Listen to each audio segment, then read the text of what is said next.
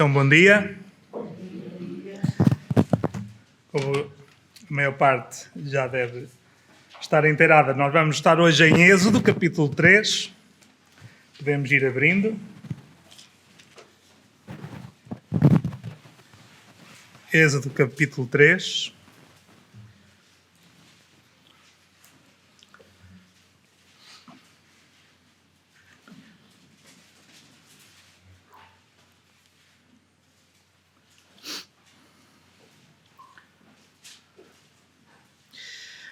Antes de nós lermos uma pequena introdução, não só à pregação de hoje, mas também, como eu falei, a quem tem acesso ao grupo já calculo que a maior parte tenha ouvido, mas uma introdução também às próximas pregações, porque nós vamos começar hoje uma série de 10 pregações em domingos seguidos, sucessivos, e o tema vai ser os atributos de Deus. E esta série nasce do desejo de nós estamos a falar em concreto daqueles que pregam regularmente aqui na igreja e à igreja, de apresentarmos à igreja um ensino mais sistemático. Por um lado, embalados um pouco pela experiência recente que temos tido no livro de Atos e pela forma como, à sexta, como a maior parte sabe, como eu estava a dizer, embalados por a experiência que nós temos tido, que por um lado nós temos, eu creio que é a percepção de alguns, eu sei, não falei com todos, mas eu creio que será da grande maioria, que temos sido abençoados por pregações, pelo facto das pregações à sexta terem sido mais propositadas e direcionadas, e nós temos sido abençoados por isso. Por outro lado, além de termos este embalo, digamos assim, por outro lado, nós identificamos necessidades na nossa congregação, em nós que nos reunimos aqui, em nós mesmos. Quando identificamos necessidades na congregação, nós estamos incluídos, obviamente. E são necessidades ou debilidades ou carências que só serão ultrapassadas pelo ensino sistemático das Escrituras. Que não quer dizer que nós não temos tido nunca, não é isso que nós já temos estado, antes de Atos estivemos em Lucas, e ao longo dos tempos tem havido pregações de livros ou temáticas, como há pouco tempo sobre a igreja, mas a diferença talvez maior aqui é que não será só uma pessoa a dar a série, seremos os 5, e será em domingos sucessivos, que tem a vantagem de não acontecer tanto aquilo que é natural em nós, humanos, e nos esquecendo daquilo que ouvimos até há bocadinho, né? Quanto mais quando já foi há um mês atrás. Então daí que nós falámos e avançámos com este projeto, que acaba de ser um projeto de 10 pregações sobre o tema dos atributos de Deus, algo que realmente é necessário para nós. E a ideia não é nós darmos 10 aulas para ficarmos apenas com um conhecimento intelectual, ficarmos a saber muito de que atributos é que Deus tem, o que é que são atributos e o que é cada um desses atributos e depois até há maneiras de os dividir e de os classificar. Não é para ser aulas de teologia de propriamente aulas académicas, não é esse o nosso objetivo, até porque senão 10 aulas seriam manifestamente poucas, nós teríamos que fazer um currículo para um ano inteiro e com mais tempo.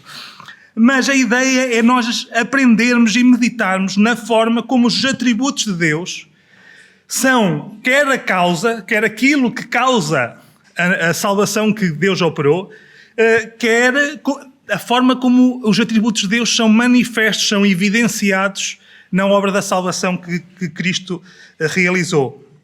E assim percebermos como é que os atributos de Deus não são apenas características de um Deus distante, mas são o caráter de um Deus que se relaciona connosco, aqui e agora, e pessoalmente e como igreja, no presente.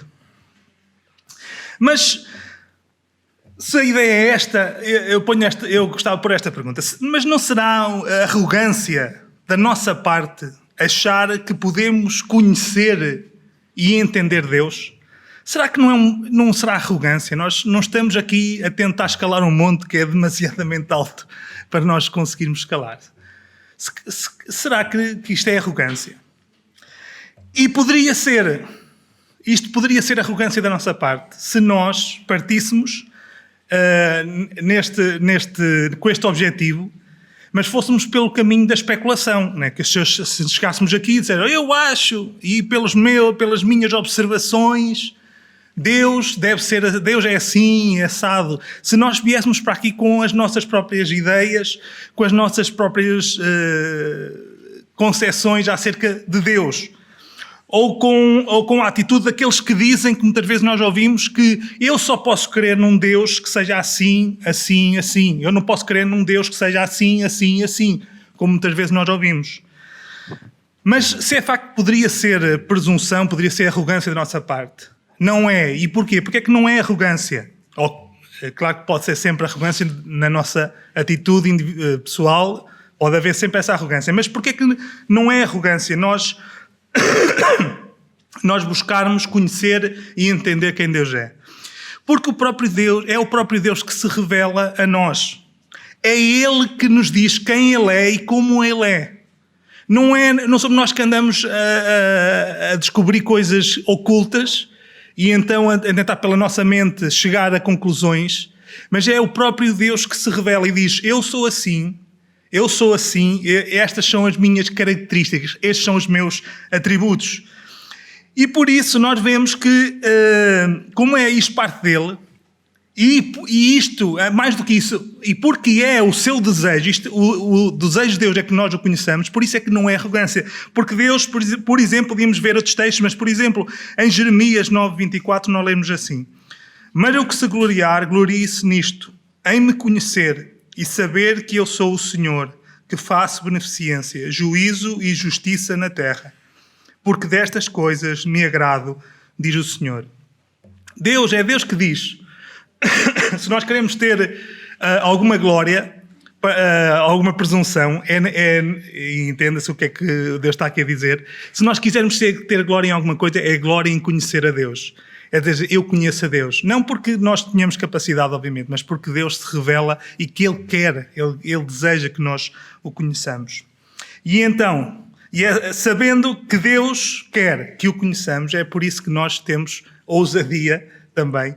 Podemos ter ousadia e podemos abraçar este caminho sem ser à partida presunção ou arrogância da nossa parte. É porque nós reconhecemos que Deus quer que o conheçamos e por isso vamos avançar.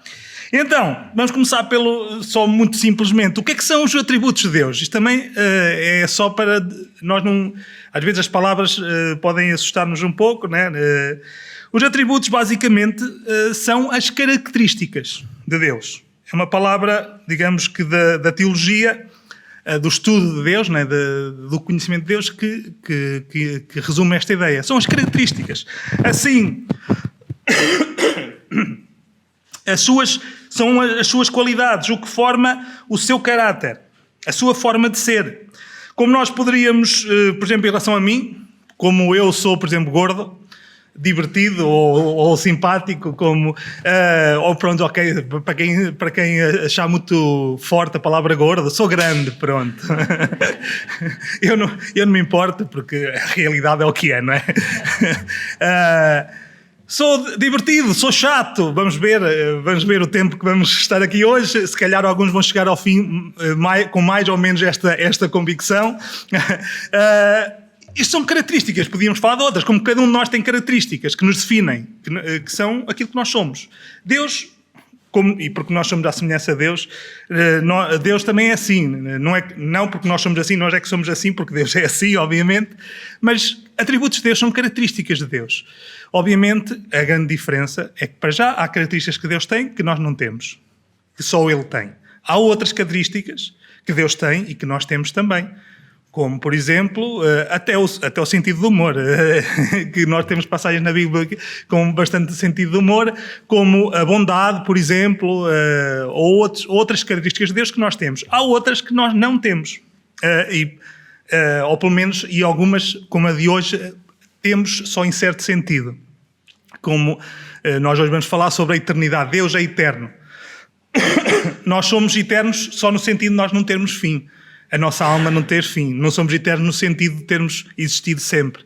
Por isso, digamos assim, temos só em parte esta característica de Deus. Mas há outras características de Deus que nós temos, que Deus nos transmitiu, e há outras que são características apenas de Deus e que não acontecem connosco, porque são só de Deus, e nós vamos, ao longo vamos falar de alguns atributos, de algumas características de Deus, que é o que os teólogos dizem que não são comunicáveis.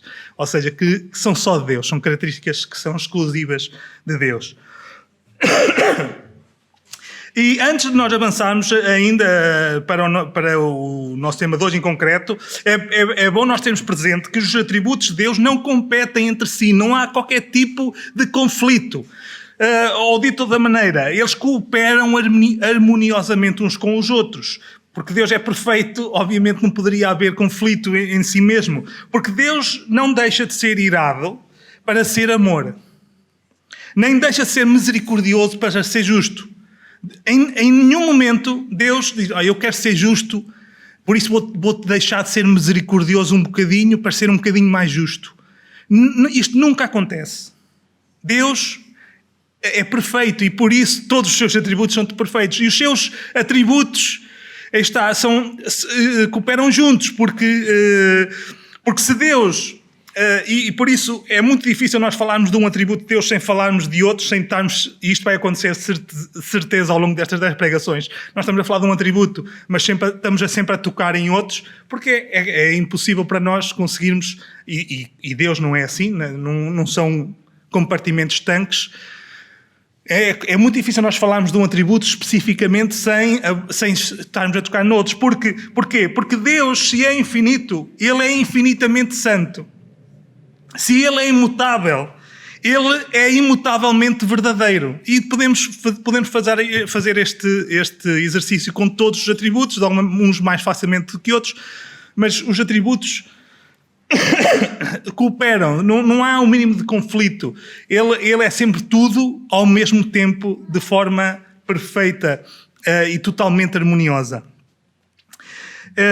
E nós, como eu estava a dizer, nós hoje vamos começar pelo atributo, pela característica da eternidade. Deus é eterno. E por isso, então, nós vamos ler no capítulo 3, e vamos ler do versículo 1 até ao 15, embora não vamos estar a ver todos os versículos, mas porque o propósito não é não partir para este texto, não partir para esta pregação do texto para a pregação, né? Nós estamos a tratar de um tema e por isso vamos ver só alguns pontos aqui, não vamos estar a falar de todos os versículos, mas para melhor compreendermos, vamos ler os 15 versículos. Então diz assim a palavra de Deus em Êxodo, capítulo 3, versículo 1. E apacentava Moisés o rebanho de Jetro, seu sogro, sacerdote em Midian, e levou o rebanho atrás do deserto, e veio ao monte de Deus, a Horebe. E apareceu-lhe o anjo do Senhor em uma chama de fogo do meio de uma sarça. E olhou, e eis que a sarça ardia no fogo, e a sarça não se consumia. E Moisés disse: agora me virarei para lá e verei esta grande visão, porque a sarça se não queima.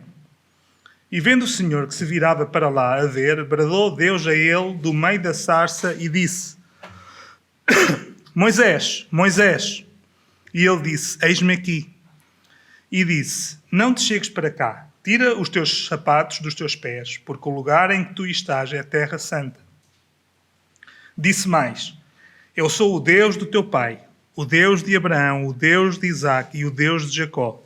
E Moisés encobriu o seu rosto, porque temeu olhar para Deus. E disse o Senhor: tenho visto atentamente a aflição do meu povo, que está no Egito, e tenho ouvido o seu clamor por causa dos seus exatores, porque conheci as suas dores. Portanto, desci para livrá-lo das mãos dos egípcios, e para fazer subir daquela terra a uma terra boa e larga, a uma terra que mana leite e mel, ao lugar do Cananeu, e do Eteu, e do Amorreu, e do Ferezeu, e do Iveu, e do Jebuseu. E agora, eis que o clamor dos filhos de Israel chegou a mim, e também tenho visto a opressão com que os egípcios os oprimem. Vem agora, pois, e eu te enviarei a Faraó para que tires o meu povo, os filhos de Israel, do Egito. Então Moisés disse a Deus: quem sou eu que vá a Faraó e tire do Egito os filhos de Israel? E Deus disse: certamente eu serei contigo, e isto te será por sinal de que eu te enviei. Quando houveres tirado este povo do Egito, servireis a Deus neste monte. Então disse Moisés a Deus: eis que quando vier aos filhos de Israel e lhes disser: o Deus de vossos pais me enviou a vós, e eles me disserem: qual é o seu nome? Que lhes direi? E disse Deus a Moisés: eu sou o que sou. Disse mais: assim dirás aos filhos de Israel: eu sou, me enviou a vós. E Deus disse mais a Moisés: assim dirás aos filhos de Israel: o Senhor, Deus de vossos pais, o Deus de Abraão, o Deus de Isaque e o Deus de Jacó, me enviou a vós. Este é o meu nome eternamente, e este é o meu memorial de geração em geração. Vamos lá ver, estou um bocadinho mal da garganta, vamos lá ver se não me acontece como daquela vez. Então, Deus está aqui numa conversa com Moisés. E o primeiro, nós vamos ver basicamente 3 pontos. Vamos ver primeiro, mais em concreto, o tema desta pregação, o Deus eterno. Depois vamos ver que o Deus eterno é o Deus que desce, como já, não sei se lembra, que se lembrarem quando nós estivemos a ver Êxodo como um todo, mas aquele que nós estivemos a ver, o assunto do livro de Êxodo, é que Deus é o Deus que desce. E nós vamos ver isto, o contraste aqui ainda engrandece não só a eternidade de Deus como o facto de Deus descer, mas lá chegaremos, se Deus quiser. E em terceiro lugar, então, Deus eterno, vamos ver primeiro Deus eterno, depois... Agora isto aqui está-me... Aqui o meu tablet gosta sempre de me deixar... Então, primeiro o Deus eterno, depois o Deus que desce e, em terceiro lugar,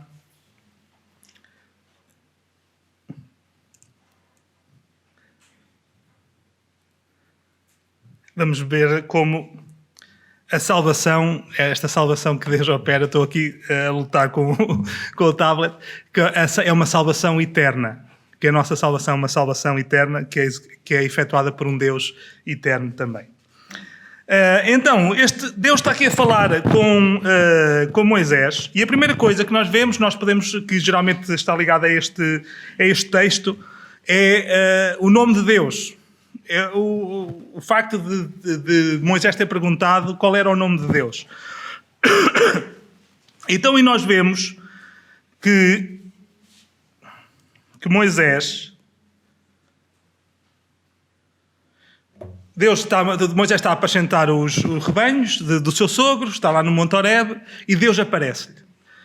Começa a falar com ele, né? Deus aparece e nós sabemos que é o anjo do Senhor, que é o próprio, que nós percebemos que é já Jesus a aparecer, porque no Velho Testamento, quando aparece o anjo do Senhor, nós sabemos que é Jesus que está ali, pela forma como ele fala, como ele aparece, como o adora, nós percebemos que é Jesus. Então, mas Deus aparece, Moisés está a falar.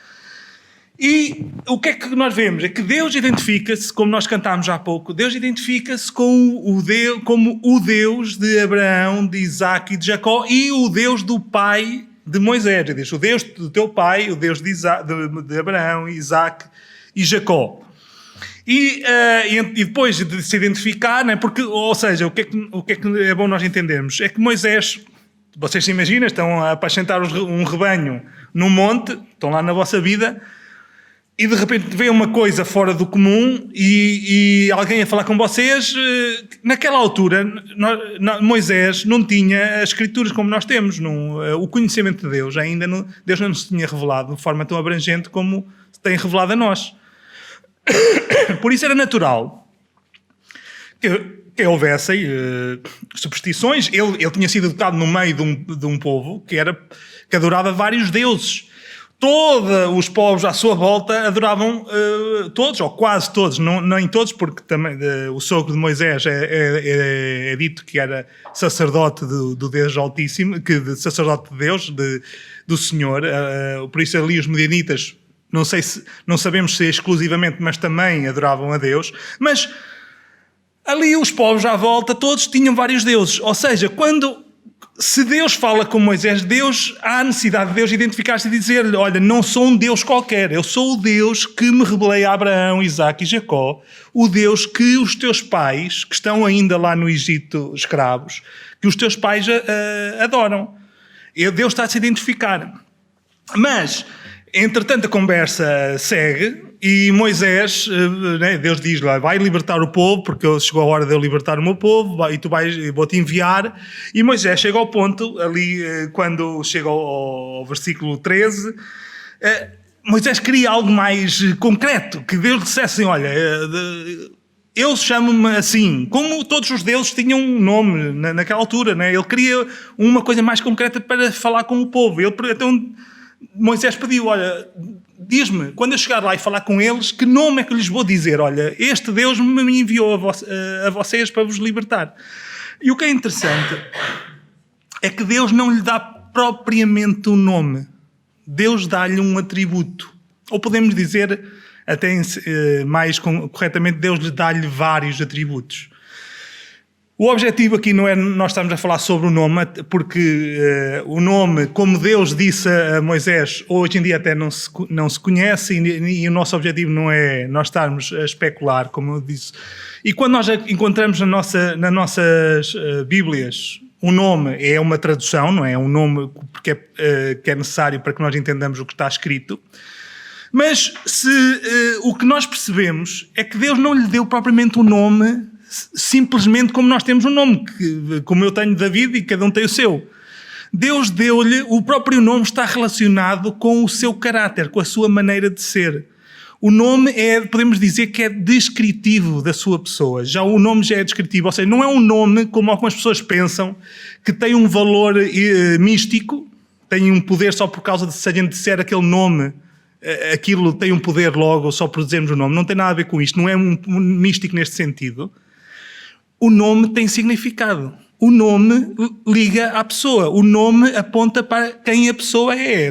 Mesmo nós que não temos um nome com esta força que até na cultura da altura tinha, mas se nós se falarmos a alguém: olha, o teu vizinho X, um nome qualquer, o António, a pessoa vai ligar o nome, a pessoa com quem nós estivemos a falar vai ligar o nome com a pessoa que nós estamos a falar. Ou seja, vai ligar o nome com se é uma boa pessoa, se é má, se é bem educado, se é mal educado.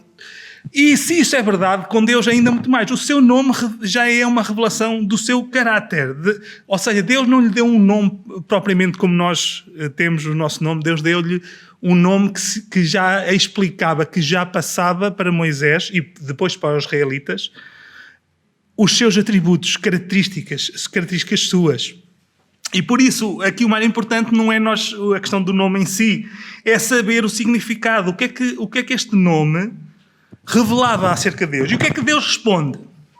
No versículo 14. E disse Deus a Moisés: eu sou o que sou. Disse mais: assim dirás aos filhos de Israel: eu sou, me enviou a vós.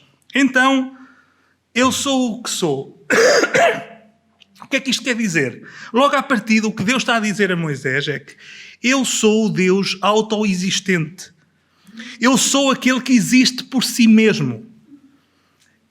Aquele Deus que não foi criado nem por imaginação do homem, nem por outra coisa qualquer. Que não precisa de... É um Deus que existe em si mesmo, ou seja, que não precisa de uma fonte externa de energia, ou seja, não há nada que seja necessário para que Deus se mantenha a ser aquilo que Ele é. Ele existe por si mesmo. O seu poder permite-lhe existir por si mesmo. Nós não, nós precisamos de comida, de calor, todo o universo precisa de uma energia que não cria em si mesmo, e por isso é que o universo também está a perder, dizem os cientistas, e é conforme aquilo que a Bíblia nos aponta, o universo e o Sol que nós vemos está a perder energia. Se Deus permitisse que ele existisse durante milhões de anos, ou permitir, Deus é que sabe, não é? Chegaria a um ponto naturalmente, nós sabemos que já, hoje não é o tema, mas Deus fala que vão haver novos céus e nova terra, né? Nós não sabemos quanto tempo é que isto vai demorar, mas não vão existir como nós conhecemos, não vão existir para sempre, isso é certo. Mas o Sol naturalmente iria extinguir-se, porque não cria energia em si mesmo, ele está a perder, e a energia que perde, a não ser que recebesse de outro corpo celeste, ia acabar por se extinguir. Mas Deus não é assim. Deus é aquele, Deus diz, eu sou o que sou, eu sou aquele que existe por mim mesmo, eu não preciso que ninguém me dê nada para que eu continue a existir, para que eu exista de forma plena. Eu sou o que sou. E isto é interessante, porque quando Deus aparece na sarça, quando Moisés vê a sarça arder, se por um lado também é símbolo de outros atributos de Deus, como a santidade, por exemplo, que está relacionado com o fogo, o que nós lemos é que a sarça ardia e a sarça não se consumia. Já traduz esta ideia, porque geralmente se nós acendermos um arbusto qualquer, lenha seca, ela arde enquanto houver lenha, enquanto houver combustível, não é? Ou seja, eu agora não é combustível, porque o combustível creio que é o oxigênio, mas agora não vou entrar em detalhes técnicos, porque senão ia-me perder. Mas chega um ponto que o fogo se apaga. Mas este fogo não se apagava. A sarça estava a arder e não se consumia. E já é uma imagem bastante interessante daquilo que Deus está aqui a dizer. Eu sou aquele que existe e, no entanto, por existir, nunca estou a perder energia, nunca estou a ficar mais pequeno, nunca estou a perder poder, nunca estou a perder dias, nunca estou a perder nada. Deus é o Deus que existe por si mesmo. E se Ele é autoexistente, então logo nós percebemos que Deus está a dizer que Ele é eterno. Ou seja, que Ele não tem princípio. Ele não teve um princípio, e obviamente depois também não tem fim, mas Ele, se existe por si mesmo, não houve nada nem ninguém que o tivesse criado. E também nós podemos dizer, se Deus não fosse eterno, se Deus não fosse autoexistente, então Deus também não era Deus. Porque se Deus não fosse autoexistente, significava que Ele tinha que ter sido criado por alguma outra coisa ou pessoa. E por isso é que os homens podem dizer o que quiserem e podem gastar-se a tentar provar que Deus não existe. Mas a questão vai sempre chegar a esta decisiva. De onde é que veio aquilo que existe? E a única explicação, mesmo no sentido humano, razoável, é que o início de tudo é Deus. Porquê? Porque Deus não teve início. Porque Deus é autoexistente, Ele é aquilo que é, e é o único ser que pode criar outras coisas, outros seres, e que não precisa de ninguém para continuar a existir, porque Ele é o Deus autoexistente. E isto também, e Deus é eterno, porque eu gostava de dar fazer este acrescento, não é acrescento, esta clarificação. Deus é eterno, porque Ele está para lá do tempo. Nós, às vezes, custa-nos em nós a entendermos a eternidade e a infinidade, a infinitude de Deus. Mas em relação à eternidade, nós temos que perceber que Deus não é eterno porque não conseguimos contar o tempo que Ele viveu para trás, nem contar o tempo que Ele vai viver para a frente. Ele é até mais do que isso, é eterno porque Ele próprio existia antes de que houvesse tempo. O tempo também foi Deus que criou. Ou seja, Deus não está dentro do tempo. Deus está além do tempo. O tempo foi Deus que criou. Só a partir do momento em que Deus criou o tempo é que os dias o tempo começou a ser contado. E isto, para nós, é difícil de entendermos, mas nós vamos ainda tocar nesse ponto um bocadinho mais à frente. E também nesse sentido, Deus...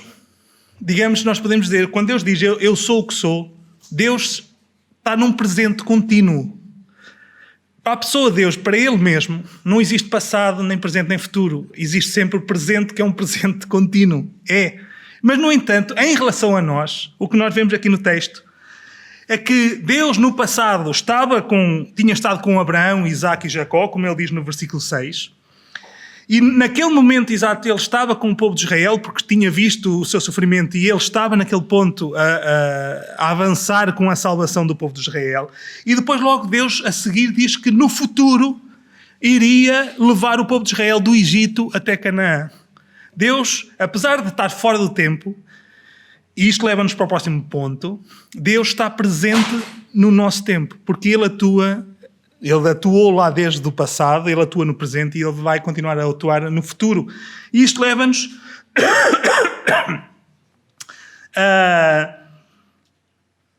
ao próximo ponto, porque se Deus é assim, né? Deus existe num presente contínuo, Deus é, a cada momento, Ele não apenas era ou não apenas será, Ele é sempre, a cada momento. Isso ainda nos leva a admirar mais o facto que nós lemos aqui, que Deus é o Deus que desce. Porquê? Porque nós vemos aqui Deus a dizer no versículo 7, tenho visto atentamente a aflição do meu povo que está no Egito e tenho ouvido o seu clamor por causa dos seus exatores, porque conheci as suas dores. E depois diz no versículo 8, portanto, desci para livrá-lo das mãos dos egípcios. Como eu estava a dizer, Deus está para lá do tempo. Então imaginem, vamos tentar para compreender melhor. Vamos imaginar o tempo. Isto, eu não quero confundir, por isso, isto não, é limitado à imagem, mas eu creio que passa a ideia. O tempo é como que uma esfera, uma bolha. E Deus está fora. Ele não está, nós estamos dentro desta bolha. Nós estamos condicionados pelo tempo. Nós somos obrigados a reger-nos pelas leis do tempo. Porque temos um dia, nascemos, vivemos e morremos e o tempo está sempre a passar. Mas Deus está fora. Mas o que nós vemos aqui é que este Deus eterno que está para além do tempo, o que Ele decide fazer é entrar dentro desta bolha, que Ele não precisa, que Ele não tem necessidade, mas Ele entra na nossa dimensão temporal, digamos assim, para livrar o seu povo. É isto que está a acontecer. O eu sou, aquele que existe por si mesmo, que está para além do tempo, ele entra, ele desce, não só ao espaço físico, mas ao espaço temporal também, ao tempo que conta, ele desce para salvar o seu povo. Ou seja, nós vemos um Deus que não é alheio, não está fora do tempo e está assim a olhar, olha, aqueles vivem ali, e pronto, fica assim, impávido e sereno perante tudo aquilo que está a acontecer aqui na nossa existência. Não, é um Deus que se preocupa e é um Deus que intervém. E que Deus entra na história, podemos dizer, para salvar o seu povo do Egito. E isto leva-nos a pensar imediatamente na forma máxima em que nós vemos isto. E é algo que eu creio que nos deve realmente maravilhar e fazer-nos louvar a Deus, porque isto atinge o seu ponto máximo quando Jesus vem aqui à Terra. Então nós vemos o Deus eterno, o Deus autoexistente, o Deus infinito, porque Jesus é Deus, a vir aqui à Terra e tornar-se finito. Deus não se tornou finito no sentido de porque Jesus era Deus, mas como homem, Jesus passou 9 meses na barriga de Maria. Jesus não saiu antes, ele esperou aqueles 9 meses. E como ele, sendo Deus, mas sendo homem, ele demorou 30 anos até chegar à altura de começar o seu ministério. E, pasme-se, Jesus chegou ao ponto, o Deus infinito, tornado homem, chegou ao ponto de morrer. Deus infinito tornou-se finito. No sentido, eu não quero deixar confusão. Jesus como Deus não morreu, mas como homem morreu. E ele era 100% Deus e 100% homem. Mas de alguma maneira, o simples facto de Deus se sujeitar, mas mais do que isso, de ele mesmo vir, de querer vir à Terra, não só se condicionar no sentido físico de ter um corpo, mas na questão até do tempo. O Deus eterno tornou-se finito quando Jesus veio à Terra e assumiu a forma humana e viveu aqui como homem. De tal maneira que nasceu, que foi concebido pelo Espírito Santo, passou 9 meses na barriga de Maria, passou 30 anos até começar o seu ministério, 3 anos de ministério, e chegou ao ponto de morrer. E nós sabemos, como já cantámos hoje, que isso, a morte não o travou, porque ele ressuscitou e vive e está eternamente nos céus como nosso sumo sacerdote. Mas aqui o ponto é, perante a eternidade de Deus, o Deus autoexistente, que não precisa de nada nem de ninguém para existir, ele ter decidido vir aqui à Terra para salvar o seu povo e ter-se tornado finito como homem, é algo que nos deve realmente glorificá-lo pela salvação que ele efetuou. E se isto é verdade, que Deus se tornou finito neste sentido, como homem, Deus foi finito aqui durante o tempo que Jesus esteve aqui na Terra. A verdade é que, ao fazer isto e efetuando esta salvação, Jesus deu-nos, ganhou para nós, e fazendo a vontade do Pai, Jesus efetuou uma eterna salvação. É uma salvação eterna. Porque um Deus eterno opera uma salvação eterna. E aqui eu gostava de que nós pensássemos em alguns versículos que nós lemos para nos ajudar a entender este conceito. Porque nós temos, por exemplo, quando nós lemos Efésios 1:4, que Deus nos escolheu nele antes da fundação do mundo, pegando naquilo que já falámos, quando diz, não quer dizer que a dada altura, na sua existência eterna, Deus passou muito tempo e depois, em algum dia, se lembrou de nos eleger. Isto é a nossa tendência natural de estarmos com a nossa mente que pensa em termos de tempo. Teve um dia antes, um dia depois e vai ir a outro dia. O que nos diz aqui, quando diz aqui fundação do mundo, é antes de Deus ter criado qualquer coisa que exista. Inclui o mundo, inclui o tempo. Ou seja, o que é que nós podemos dizer quando nós lemos que Deus nos elegeu nele, em Cristo, antes da fundação do mundo? Isto é a mesma coisa que dizermos desde sempre. Porque para Deus não existe, antes de Deus ter criado o tempo, não existia tempo. Ou seja, isto não houve um momento que, desde que Deus existe, que foi sempre, Deus sempre já nos tinha eleito em Cristo e Deus já tinha planeado a nossa salvação. Isto existiu desde sempre. É uma salvação eterna, mais do que aquilo que nós sequer conseguimos abarcar com a nossa mente em termos de datas, que o nosso pensamento é formatado para ter datas. Antes da fundação do mundo, porque no grego o que está é o cosmos, né? Refere-se tanto ao nosso mundo, à Terra, mas refere-se a todo o universo. Foi antes de Deus ter sequer criado o tempo, ou seja, foi desde sempre. Isto não foi um pensamento que Deus teve a certa altura. Isto é um pensamento que parte... Eu nem consigo explicar, isto nem dá para explicar porque nós não conseguimos. Isto sempre existiu. A salvação, a ideia de salvação partiu desde sempre, porque é desde que Deus existiu e Deus sempre existiu. Por isso não houve um momento que Deus se lembrou de repente. Olha, vou salvar. Não. Isto é uma escolha, é uma decisão que sempre existiu, que esteve sempre presente com Deus desde antes da fundação do mundo, ou seja, desde sempre. E um Deus, como nós dissemos, um Deus eterno, salva eternamente. Em primeiro lugar, só relembrar que se Deus salva eternamente, nós temos que perceber que há um reverso da medalha. Isto temos de ter presente para nós e para aqueles com quem nós convivemos e falamos. Mas para cada um, até para nós, a nós mesmo, para nós também refletirmos, cada um de nós. É que se Deus salva eternamente, porque é Deus eterno, Deus também condena eternamente. E aqueles que morrerem nos seus pecados, aqueles que rejeitarem a este Deus que vem e que salva, esses vão ser condenados eternamente. Como já falámos há bocadinho, os atributos estão juntos. Então, aqueles que não estão ao abrigo da obra de Cristo, eles vão eternamente sofrer a ira de Deus. A ira de Deus não se esgota. A única ira de Deus que foi esgotada foi aquela que Jesus mesmo esgotou. Que foi por aqueles por quem ele morreu. Por aqueles, a ira que estava em cima daqueles que são salvos por Cristo, essa ira foi completamente esgotada. Jesus consumiu-a toda. Mas todos aqueles que não estão ao abrigo do sacrifício de Cristo sofrerão uma condenação eterna. Porque é uma consequência natural de Deus ser eterno e de ser justo e irado e tudo mais. É uma consequência natural. Então, isto serve para nós e para aqueles com quem nós temos a oportunidade de falar, mas serve para cada um de nós também pensar.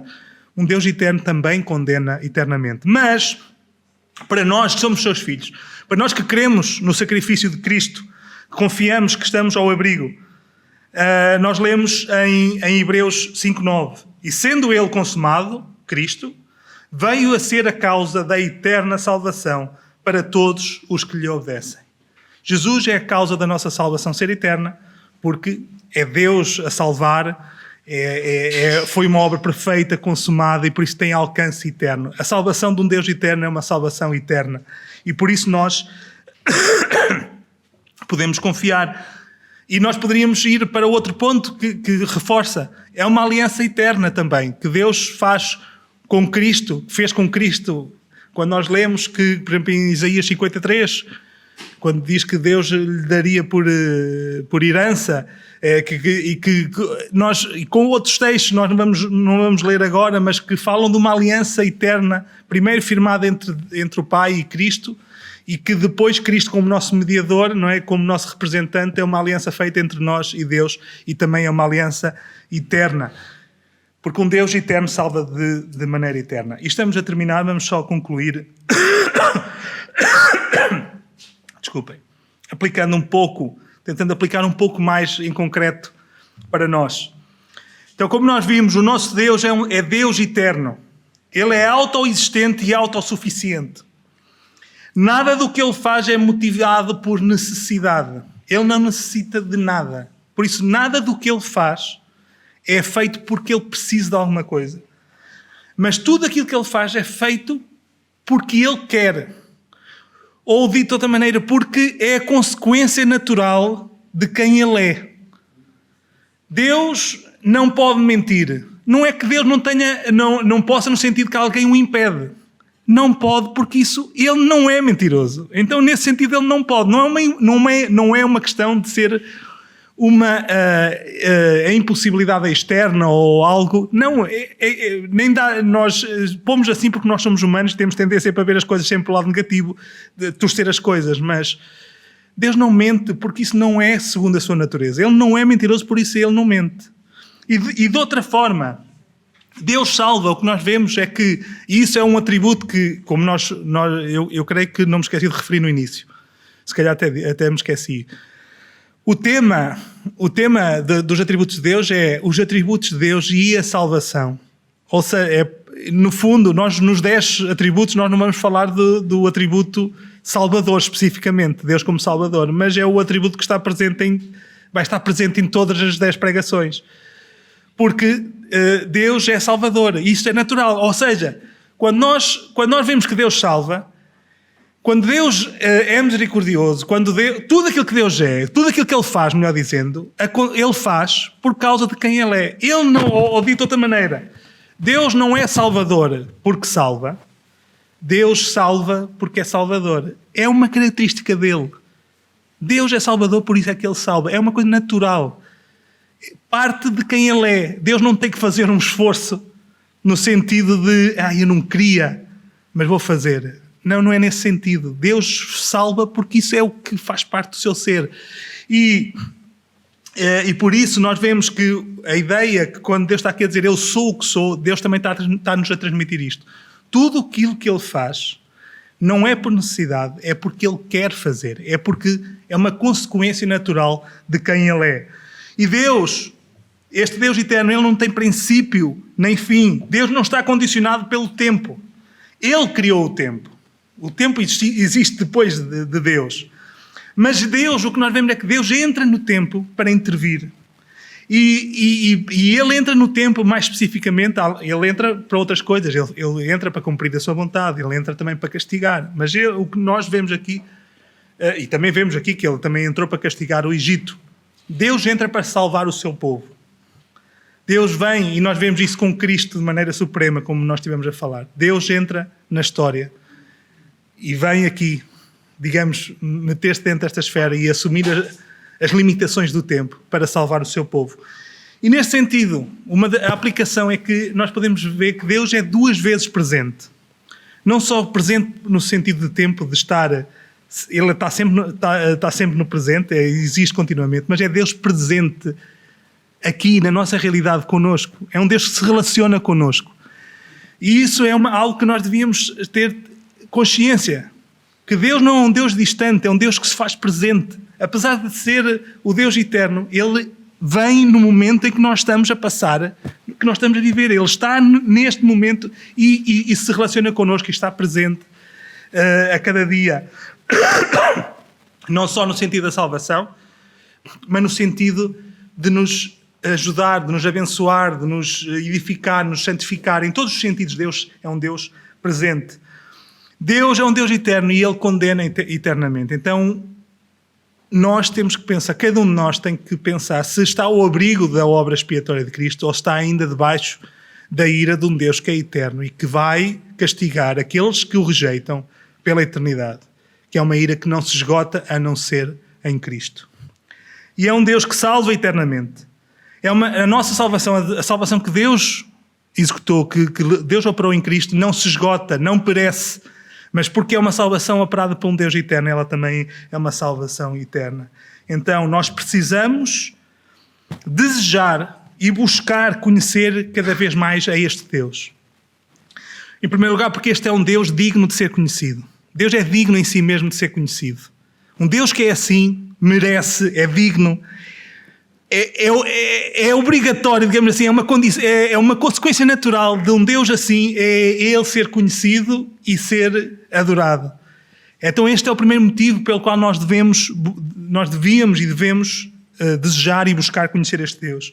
Em segundo lugar, porque esta será a nossa satisfação. Será bom para nós conhecermos este Deus que é assim, o Deus autoexistente, mas que vem e que desce à nossa condição e que nos salva. É um Deus que merece ser conhecido e que será a nossa satisfação em conhecê-lo. E, em terceiro lugar, juntar com aquilo que nós temos estado a ver à sexta-feira. Como é que nós vamos ser testemunhas deste Deus e anunciar as suas virtudes se nós não o conhecermos? Como é que nós vamos anunciar uma coisa que não conhecemos, a alguém que nós não conhecemos? É óbvio que as pessoas não vão ouvir, porque as pessoas não vão perceber que nós conhecemos este Deus. Então este Deus deve ser conhecido porque Ele é digno, porque isso será o melhor que nos pode acontecer e porque nós necessitamos conhecer a Deus também para que possamos falar dele aos outros. Deus é eterno e nós somos eternamente o seu povo. Então glória a Deus eternamente.